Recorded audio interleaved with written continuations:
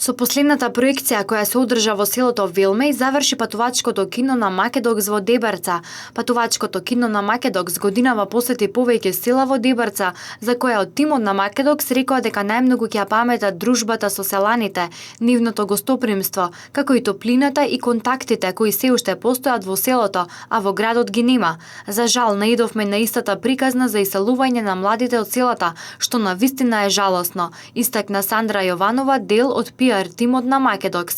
Најмногу впечаток им оставило селото Велмеј и најавија дека повторно би ја посетиле Дебарца. Јас бев многу позитивно изненадена од Велмеј, бидејќи целото беше прекрасно, целото е обкружено со вода и со извори, видовме и стари воденици, млинови, луѓето беа особено отворени и великодушни. И во секоја куќа каде што поминавме, сите не повикуваа на кафе, на муабет, многу беа топли луѓето. Заинтересираноста на жителите на Дебарца беше навистина голема. Најмногу посетеност имаа селата Велмеј, Злести и Издеглавје, но и останатите села не заостануваа според посетеноста, велат од тимот на Македокс. Петрула Велјановска, PR координатор на фестивалот, нагласи дека од годинава вовеле и дружба со селаните преку целиот ден, пред почетокот на документарецот, а тоа им ја олеснува работата и комуникацијата со луѓето.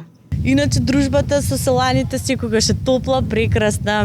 Мислам, тоа е еден вид, патувачкото кино за нас е еден вид на размена на културни добра. Ние им носиме кино, они нас ни даваат од своите плодови, кои што исто така мислам многу ни значат. Еве например вчера во Велмеј јадевме велмешки граф и мислам супер се сеќавме и се дружевме со нив.